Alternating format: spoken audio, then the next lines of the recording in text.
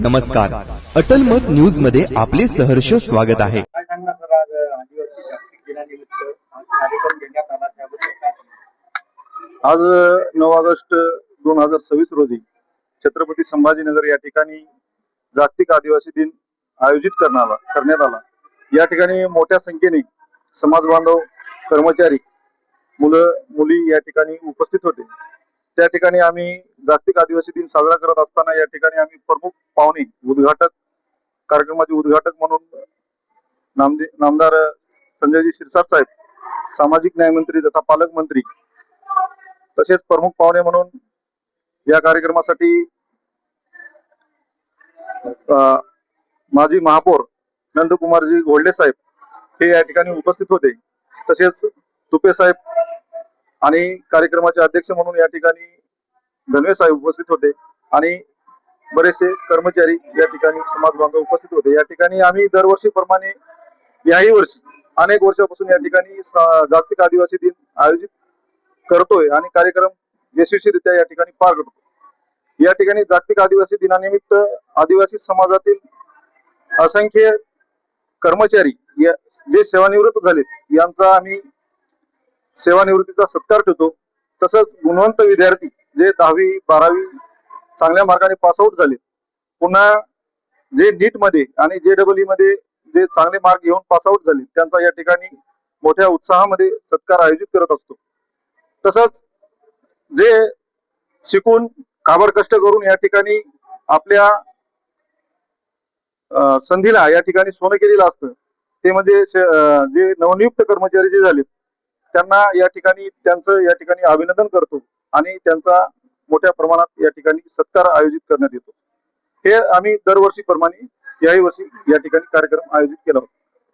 सन्मान व सत्कार किती लोकांचा करण्यात आला? काय म्हणते? किती लोकांचा सन्मान करण्यात आला? एक साधारणतः 20 ते 25 लोक या ठिकाणी सेवानिवृत्त कर्मचारी होते आणि गुणवंत विद्यार्थ्यांमध्ये जवळपास 50 लोक म्हणजे 10वी आणि 12वी आणि नीट आणि JEE चे हे विद्यार्थी या ठिकाणी 50 विद्यार्थी या ठिकाणी उपस्थित होते.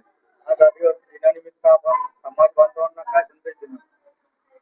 मी असा संदेश देऊ इच्छितो की जागतिक आदिवासी दिनानिमित्त या ठिकाणी अखंड भारतभर, देशभर प्रत्येक राज्यामध्ये आपापली संस्कृती जपण्याचा कार्यक्रम या ठिकाणी आयोजित करत असतो आणि तशाच पद्धतीनं आम्ही छत्रपती संभाजीनगर या ठिकाणी आयोजित केला होता.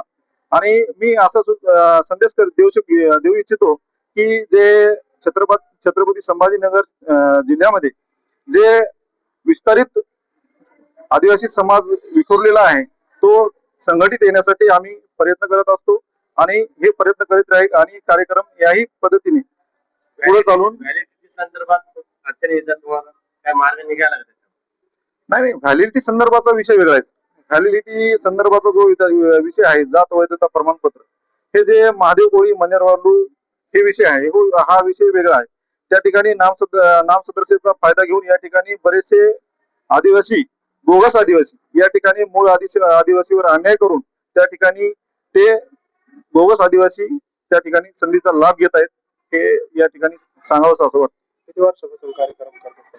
आम्ही जवळपास 15 ते 20 वर्षापासून या ठिकाणी जागतिक आदिवासी दिन हा कार्यक्रम आयोजित करत असतो. काही आदिवासी समाजाच्या समस्या येईल त्यावर काही मंथन करण्यात आले?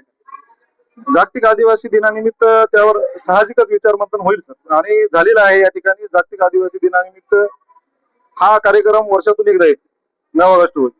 मग ह्या कार्यक्रमासाठी आम्ही विविध वक्ते बोलवतो.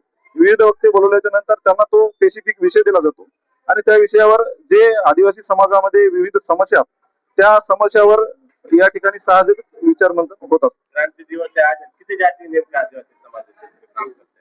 47 जमाती जागतिक आदिवासी दिनानिमित्त या ठिकाणी आयोजित, म्हणजे महाराष्ट्रामध्ये 47 जमाती आहेत, त्यामध्ये 2 कमी झाल्यात, एकूण 45 जमाती आहेत. आणखी काही तुमची मागणी आहे का? आता साहजिकच आहे, आमच्या एकूण आता भारताला स्वातंत्र्य मिळून 75 वर्ष झालं.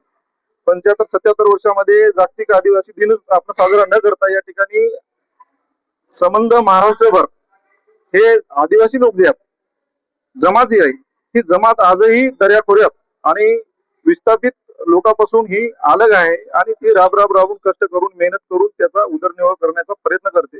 त्या समाजाला कुठेतरी विकासाच्या प्रवाहामध्ये आणण्याचं काम हे तुम्हा आमच्या पत्रकाराच्या माध्यमातून, समाज सुधारकाच्या माध्यमातून, सुधारित जे आपण जे प्राध्यापक म्हणतो किंवा कर्मचारी म्हणतो त्याच्या माध्यमातून ते समाज कसा विकासाच्या प्रवाहात येईल यासाठी सर्वांनी प्रयत्न करणं गरजेचं आहे. पदाधिकारी मेहनत घेतली त्या सगळ्यांचे नाव सांगा. या ठिकाणी जागतिक आदिवासी दिनानिमित्त छत्रपती संभाजीनगर या ठिकाणी हा कार्यक्रम यशस्वी करण्यासाठी या ठिकाणी अतिशय मेहनत घेऊन म्हणा, कष्ट करून म्हणा, हा कार्यक्रम यशस्वी करण्यासाठी माजी सहकारी प्राध्यापक संजय बोरके सर, तसेच प्राध्यापक डॉक्टर नाईक सर, या ठिकाणी बोरकर सर, बावधने साहेब, कराळे सर आणि डुकरे सर, डोले सर या ठिकाणी सर्वांनी अतिशय मेहनत घेऊन हा कार्यक्रम यशस्वीरित्या पार केलाय आणि हा कार्यक्रम या ठिकाणी संपन्न झाला. आपलं नाव संभाजी काळे. काय सांगणार सर जागतिक हा, आज 9 ऑगस्ट जागतिक आदिवासी दिनानिमित्त आमचा हा कार्यक्रम संपन्न झाला.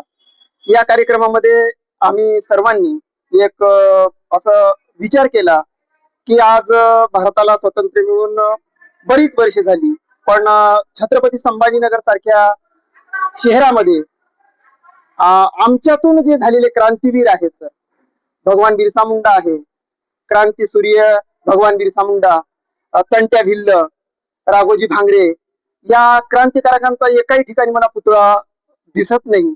आणि त्यासाठी आम्ही मंत्री महोदयाकडे सुद्धा आज मागणी केलेली आहे की आमच्यासाठी कुठंतरी स्थान असावं, कुठंतरी आमचं ठिकाण असावं. कारण आम्ही इतके वर्षापासून कार्यक्रम करतोय, पण आम्हाला कुठेतरी हॉल शोधावा लागतो आणि सर्व मेहनत करून पैसे जमा करून हे आम्हाला करावं लागतं. पण आमच्यासाठी आजपर्यंत सामाजिक समाज मंदिर अशा या सिटीमध्ये आम्हाला उपलब्ध करून द्यावं आणि कुठेतरी क्रांतीसूर्य महामानव भगवान बिरसा मुंडा यांच्या प्रतिमेचं किंवा यांच्या पुतळ्याचं नियोजन करावं, एवढीच अपेक्षा आम्ही या कार्यक्रमाच्या दिनानिमित्त सर्व समाज बांधवांनी व्यक्त केलेली आहे आणि सर्वांनी तशा पद्धतीची मागणी सुद्धा आम्ही केलेली आहे. सर, माझं नाव प्राध्यापक घुरके संजय राघोजी.